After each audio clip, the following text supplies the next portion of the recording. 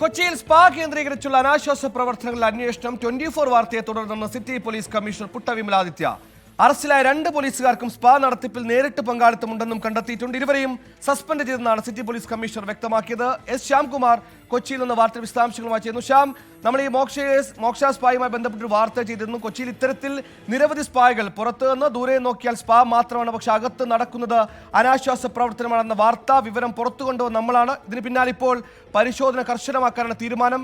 ഏതൊക്കെ തരത്തിലായിരിക്കും പരിശോധന? ഇത്തരത്തിൽ സ്പാകൾ സംബന്ധിച്ച് കൂടുതൽ വിവരങ്ങൾ പോലീസിന് ഈ ഘട്ടത്തിൽ ലഭിച്ചിട്ടുണ്ടോ?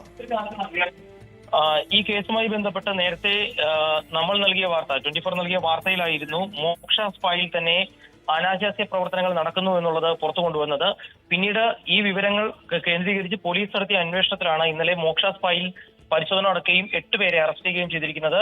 ഇപ്പോൾ സിറ്റി പോലീസ് കമ്മീഷണറും ഇന്ന് വളരെ കൃത്യമായി പറഞ്ഞത് 24 വാർത്തയെ തുടർന്ന് പോലീസ് ഈ വിഷയം പരിശോധിച്ചു.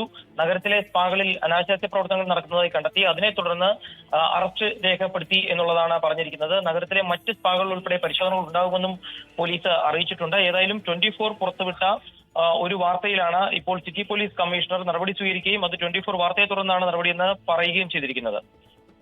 ശരി, പല കേന്ദ്രങ്ങളിലും പോലീസിന് എങ്ങനെ ഇടപെടാനാകും? പല കേന്ദ്രങ്ങൾക്കും ചിലപ്പോൾ പോലീസുകാരുടെ പാർട്ണർഷിപ്പ് ഉണ്ടാവും. അതടക്കം തെളിയിക്കുന്ന വാർത്തയാണ് ASIമാരുമായി ബന്ധപ്പെട്ട് റിപ്പോർട്ട് ചെയ്തത്.